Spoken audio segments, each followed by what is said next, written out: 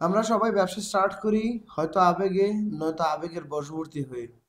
আমাদের হয়তো টাকা থাকার কারণে ব্যবসা শুরু করি, আর বিশেষত এটা তো গার্মেন্টস ব্যবসায় ঘটবেই। এখনকার একটা রিচুয়ালস ঘটনা হচ্ছে, টাকা আছে মানে একটা শোরুম দিতে হবে, টাকা আছে মানে একটা গার্মেন্টস ব্যবসা তৈরি করতে হবে।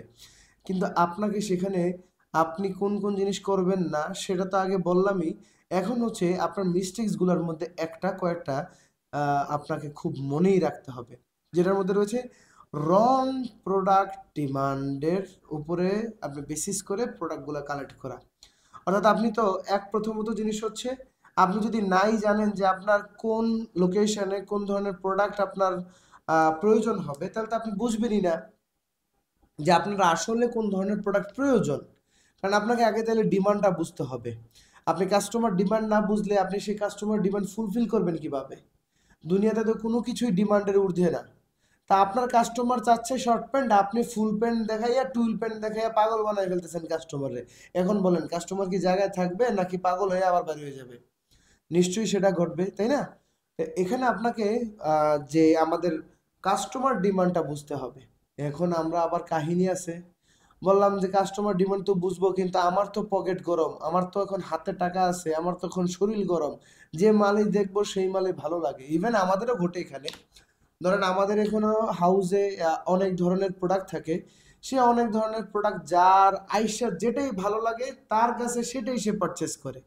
আমি এমনও দেখছি ফর্মাল শার্ট পারচেস করতেছে, আবার ড্রপ শোল্ডার দেখে তার সেটাও ভালো লাগছে। এটা তো ফ্যাক্ট হতে পারে না। আপনি গার্মেন্টস ব্যবসা করবেন, আপনাকে জানতে হবে যে আপনার দোকানটা কোন জায়গায় কোন বেসিসে আছে, কোন ধরনের কাস্টমার আপনার কাছে ঢুকবে। এখন আপনি ধরেন একটা হোটেল দিলেন, সেটা হচ্ছে হিন্দু পাড়ায় অথবা একটা মন্দিরের কাছে। আর আপনি কি করলেন? গরু জবাই কইরা গরুর বিরিয়ানি, গরুর কাচ্চি, গরুর কাবাব সব তৈরি করলেন। এখন বলেন কয় টাকা আপনি মাসে লাভ করবেন? কয়টা সেল হবে? উল্টা আপনার নামে তার মামলা হবে, তাই না? আচ্ছা, ব্যাপারটা এরকম যে আপনি বুঝতে হবে যে কার কাছে কি বিক্রি করবেন, তার চাহিদা অনুযায়ী বিক্রি। আপনার ভালো লাগে ধরেন জ্যাকেট, আপনার কাস্টমার জ্যাকেট কিনবে না যদি আপনার কাস্টমারের ওটা প্রয়োজন না হয়। আপনার ভালো লাগে বড় স্যুট বুট, এখন আপনার কাস্টমারের সেটা ভালো লাগে না, তাহলে আপনার কাস্টমার কেন নিবে? তা আমরা প্রথমে তো এই টাকার গরমটা থাকার কারণে, টাকা থাকার কারণে, ক্যাশ ফ্লোটা থাকার কারণে, ক্যাশ ম্যানেজমেন্ট না জাগানোর কারণে আমরা কি করি? কাস্টমার যেটা ডিমান্ড করে সেটা বুঝতেই পারে না, যে কোনো ধরনের প্রোডাক্ট যে যেখান থেকে যেভাবে দেখতেছেন সেখান থেকে কালেক্ট করে নিচ্ছেন। এখন কি সেটা করা উচিত? আমি বলবো ব্যবসার বড় ভুলের মধ্যে এটা একটা বড় ভুল।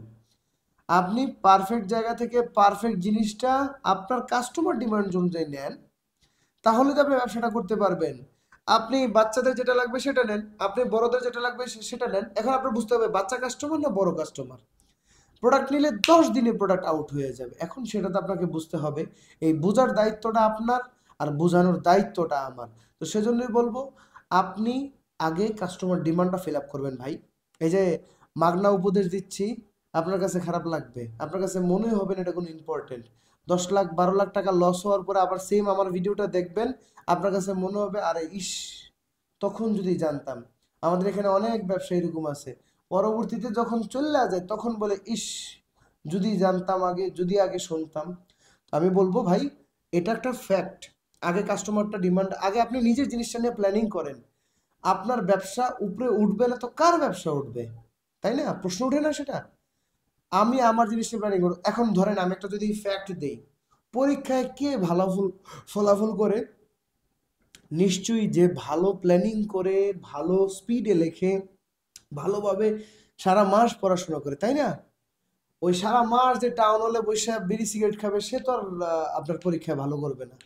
এখন এই জন্যই বলবো আগে ব্যবসাটা নিয়ে প্ল্যানিং করেন, কাস্টমার ডিমান্ডটা বুঝেন। আপনি দেখবেন আপনার কাস্টমার ডিমান্ড খুঁজতে গেলে কত ধরনের এই ধরনের প্রোডাক্ট আপনার সামনে চলে আসতেছে। বাট আপনি না জানলে কোথা থেকে খুঁজবেন? আপনি তো জানবেন না যে ওই প্রোডাক্টটা আপনার জন্য। এজন্য বলবো কাস্টমার ডিমান্ডটা আগে বুঝেন, কাস্টমার ডিমান্ড যদি প্রোডাক্ট কালেক্ট করেন, নয়তো এটা আপনার জন্য একটা রং জিনিস হয়ে যেতে পারে আপনার ব্যবসার জন্য। পরে মনে হবে যে আরে ব্যবসা তো আছে, টাকা আছে, এরপরে ব্যবসা হইলো না কেন? সো প্লিজ এই জিনিসটা ফলো করেন, আপনার কাস্টমার ডিমান্ডটা অনুযায়ী প্রোডাক্টটা কালেক্ট করেন, দেখবেন ব্যবসা ফুরফুরাইয়া চলবে। ধন্যবাদ সবাইকে। আর আরও নানান ধরনের কাস্টমার ডিমান্ডেবল প্রোডাক্ট কালেক্ট করতে আপনি সাফি ট্রেডিং বাইং হাউসে যোগাযোগ করতে পারেন।